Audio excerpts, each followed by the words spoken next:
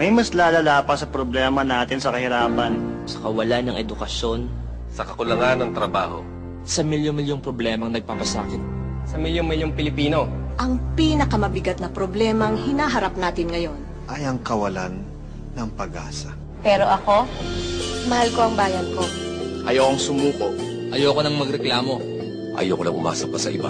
Ako na ang kikilos. Ako na ang gagawa ng paraan. Ako ang magsisimula. Ako ang tatapos. Para sa bayan ko. Ako.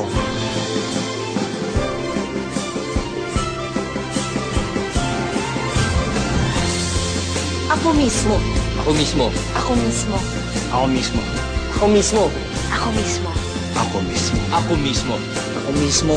Ako mismo. Ako mismo. Ako mismo.